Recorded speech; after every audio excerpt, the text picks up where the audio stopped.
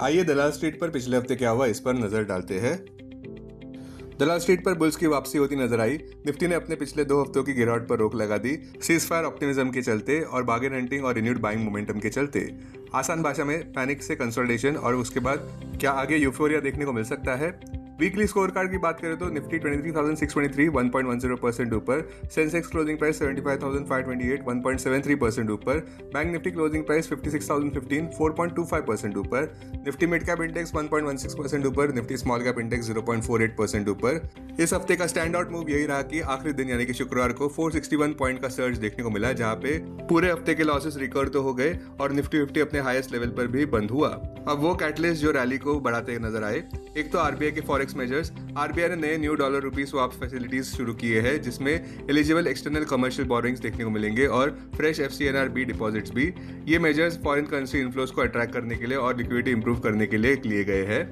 दूसरा, global sentiment सुधरती नजर आई। ऑप्टिमिज्म देखने को मिला यूएस ईरान पीस डील को लेकर। कच्चे तेल के दाम भी नीचे गए और पॉजिटिव ग्लोबल मार्केट क्यूज देखने को मिले। अब देखते हैं कि दिन प्रतिदिन मार्केट एक्शन कैसा रहा। सोमवार को कमजोर एशियन मार्केट्स, बढ़ते कच्चे तेल के दाम और वेस्ट एशिया टेंशंस के चलते निफ्टी 1.04% नीचे बंद हुआ। मंगलवार को 0.52% ऊपर गेन हुआ क्योंकि कच्चे तेल के दाम नीचे गिरे, पॉजिटिव ग्लोबल क्यूज भी थे और बैंकिंग स्टॉक्स में रैली देखने को मिली। बुधवार को निफ्टी 0.12% फिर से नीचे बंद हुआ प्रॉफिट बुकिंग के चलते, जहाँ पे विदेशी संस्थागत निवेशकों की बिकवाली थी और जियोपॉलिटिकल कंसर्न्स भी थे।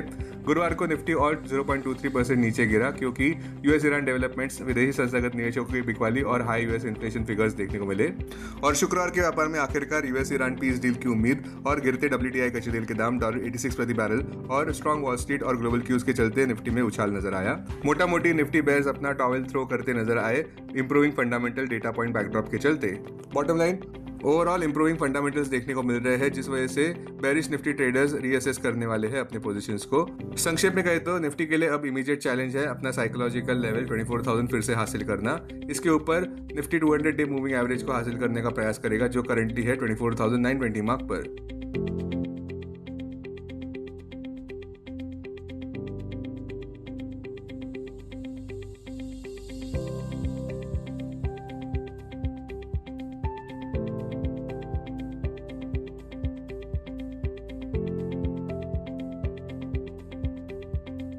अब पिछले हफ्ते देखते हैं इंडाइसेस का परफॉर्मेंस कैसा रहा। पिछले हफ्ते का स्टैंडर्ड परफॉर्मेंस यही रहा कि शुक्रवार के व्यापार में 461 पॉइंट सर्ज देखने को मिला, जहां पे पूरे हफ्ते के लॉसेस एक ही दिन में रिकवर होते नजर आए और निफ्टी 50 हाईएस्ट लेवल पर भी बंद हुआ। अब साइकोलॉजिकल 24,000 मार्क फिर से हासिल करना एक अहम प्रायोरिटी है। उसके बाद आखिरी लक्ष्य है 200 DMA 24,920 मार्क पर। टेक्निकल फ्रंट पर अब निफ्टी अपने 21 DMA के ऊपर है, जो है 23,545 मार्क, किंतु 50 DMA के अभी भी नीचे है, जो है 23,719। 100 DMA के भी नीचे है, जो है 24,282 और 200 DMA के काफी नीचे है, जो है 24,920 पर। बैंक निफ्टी की बात करें तो एक स्टैंड आउट परफॉर्मर नजर आया, जहां पे 4.25% के गेन्स देखने को मिले बैंक निफ्टी में और निफ्टी के गेन्स केवल 1.10% के थे, यानी कि क्लियर आउट परफॉर्मेंस देखने को मिला।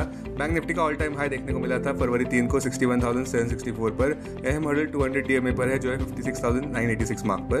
निफ्टी प्राइवेट बैंक इंडेक्स 5.13% ऊपर बढ़ा और निफ्टी PSU बैंक इंडेक्स भी 3.27% ऊपर बंद होने में सफल रहा। ब्रॉडर मार्केट्स में खास करके निफ्टी मिड कैप 50 इंडेक्स में 1.16% के गेन्स देखने को मिले और निफ्टी स्मॉल कैप में भी 0.48% के गेन्स देखने को मिले। बुलिश सेक्टर्स रहे, निफ्टी FMCG 1.09% ऊपर, निफ्टी इंफ्रा 0.59% ऊपर, निफ्टी फार्मा 0.54% ऊपर, निफ्टी ऑटो 0.49% ऊपर, निफ्टी रियल्टी 0.09% ऊपर। वहीं बेरिश सेक्टर्स रहे, निफ्टी IT 4.19% नीचे, निफ्टी मेटल 2.78% नीचे, निफ्टी एनर्जी 2.73% नीचे, निफ्टी मीडिया 0.99% नीचे। अब स्टॉक्स जो सुर्खियों में रहे, पॉजिटिव मूवर्स रहे, रिलायंस इंडस्ट्री 0.15% ऊपर बंद होने में सफल रहा, जहां पे उन्होंने अनाउंस किया कि AI data centre partnership Meta platforms के साथ उन्होंने शुरू की है जामनगर में। एफकॉन इंफ्रास्ट्रक्चर 2% ऊपर बंद हुआ, जहां पे कंपनी को वाधवा पोर्ट कॉन्ट्रैक्ट मिला है।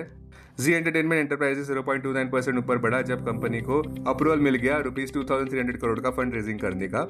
PPAP ऑटोमोटिव 20% ऊपर बंद होता नजर आया, जहां पे कंपनी ने अनाउंस किया टेक्नोलॉजी पार्टनरशिप अचीजन के साथ। अब नेगेटिव मूवर्स में अदानी पोर्ट्स नीचे गिरा, बावजूद इस बात के कि कंपनी को LNG related maritime services contract मिला है अर्जेंटीना में।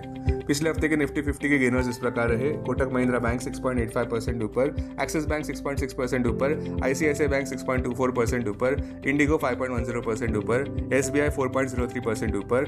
वहीं दूसरी ओर लूजर्स रहे विप्रो 9.19% नीचे, ओएनजीसी 7.91% नीचे, इन्फोसिस 6.77% नीचे, हिंडाल्को 6.5% नीचे, कोल इंडिया 6.4% नीचे। ज्ञान मंत्रा ये कहता है कि बड़ी खबर है, स्पेसएक्स के शेयर्स 25% ऊपर बंद हुए मार्केट डेब्यू के दिन। शुक्रवार के व्यापार में रिकॉर्ड ब्रेकिंग आईपीओ देखने को मिला स्पेसएक्स का। स्टॉक प्राइस ओपन हुआ $150 पर, 11% प्रीमियम पर $135 के उनके आईपीओ प्राइस के अनुसार, और कंपनी की वैल्यूएशन अप्रॉक्सीमेटली $1.9 ट्रिलियन की देखने को मिली।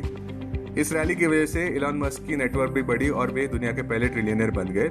दूसरी बात, ग्लोबल इन्वेस्टर्स अब काफी करीबी से देखेंगे यूएस फेडरल रिजर्व की पॉलिसी मीटिंग अगले हफ्ते, जहां पे इंटरेस्ट रेट्स उम्मीद किए जा रहे हैं कि अनचेंज ही रहेंगे।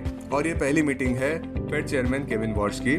फोकस रहेगा कि फेड का फॉरवर्ड गाइडेंस कैसा रहेगा और क्या पॉलिसी मेकर्स और रेट हाइक्स करने वाले हैं इस साल में।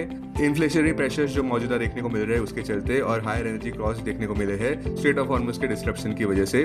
फिलहाल निफ्टी की पावरफुल रैली शुक्रवार की एक सिग्निफिकेंटली इंप्रूव्ड मार्केट सेंटीमेंट को जताती है, और जिस वजह से आने वाले हफ्ते में भी बुलिश एक्शन की उम्मीद की जा रही है, जहां पे निफ्टी साइकोलॉजिकल 24,000 मार्क हासिल करने का पूरा प्रयास कर सकता है। आक्रामक इंटरमंथ गोल पोस्ट निफ्टी का 200 डीएमए है 24,920 मार्क पर। संक्षेप में कहें तो खुशहाली वापस लौटती नजर आई दलाल स्ट्रीट पर, जिसका श्रेय जाता है ईजिंग जियोपॉलिटिकल टेंशंस को, गिरते कच्चे तेल के दामों को और सपोर्टिव आरबीआई मेजर्स को, जो बुलिश सेंटीमेंट को फिर से जगाते नजर आए। कंसोलिडेशन और वोलेटिलिटी के फेज के बाद मार्केट्स अब ऐसे लग रहा है कि अपवर्ड मोमेंटम गेन करते नजर आ रहे हैं, जहां पे इन्वेस्टर्स पोजीशन कर रहे हैं अपने आप को ब्रॉडर रिकवरी की ओर। Investments in security markets are subject to market risk. Read all the related documents carefully before investing. This content is purely for information and educational purpose only and in no way to be considered as an advice or recommendation.